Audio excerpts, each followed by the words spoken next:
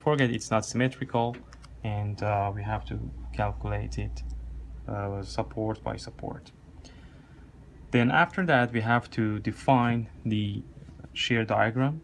So the shear diagram would be something like this: uniformly distributed downward, and 3 multiplied by 25, the answer is 75. Then it tells me go upward 191.25.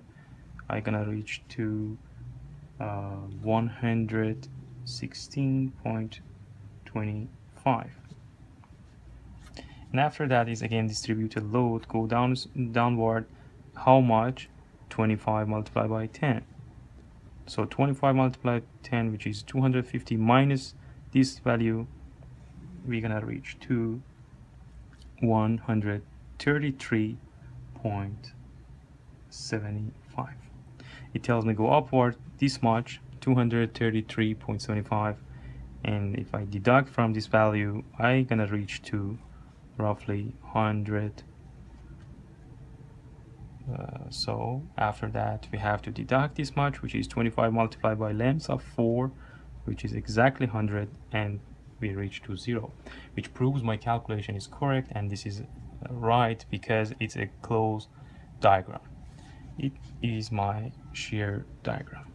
Now for bending moment diagram, I show it here, however it should be underneath, but just want to let you know why. Because you're gonna see here is roughly something like this, and it would be difficult later on if you are looking for the maximum deflection at the middle. It would be difficult to know where is the location of these points. That's why we prefer to make it in two parts, as we call it superposition method, which is here. I divide my structure in two pieces. The first one is the middle distributed load plus the other part, which is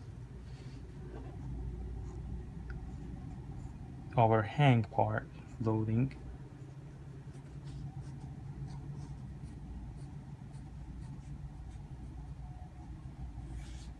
Now I'm gonna draw bending moment diagram. Don't forget we didn't. So from a combination of these two equations, we're gonna have theta MB is equal to delta CB divided by 10, which if I substitute all numerical and unknowns, we are able to derive XM.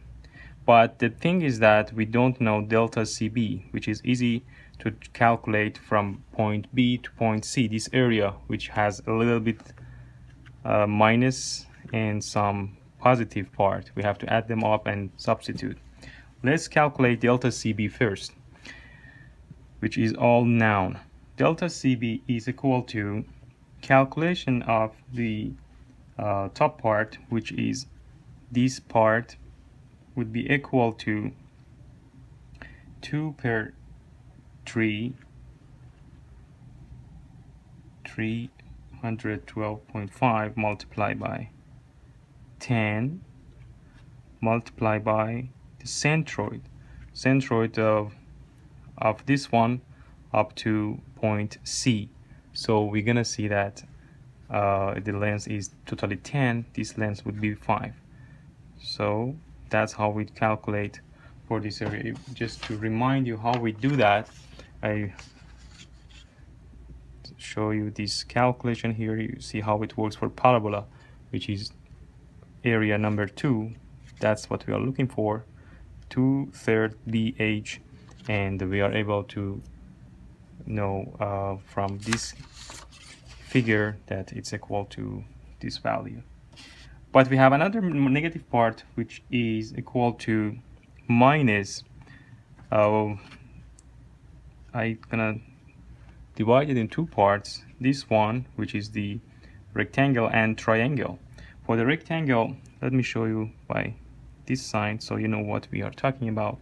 Then we're gonna show the rectangle part, which is 112.5 multiplied by 10, and the arm from the center up to point C, which is equal to 5.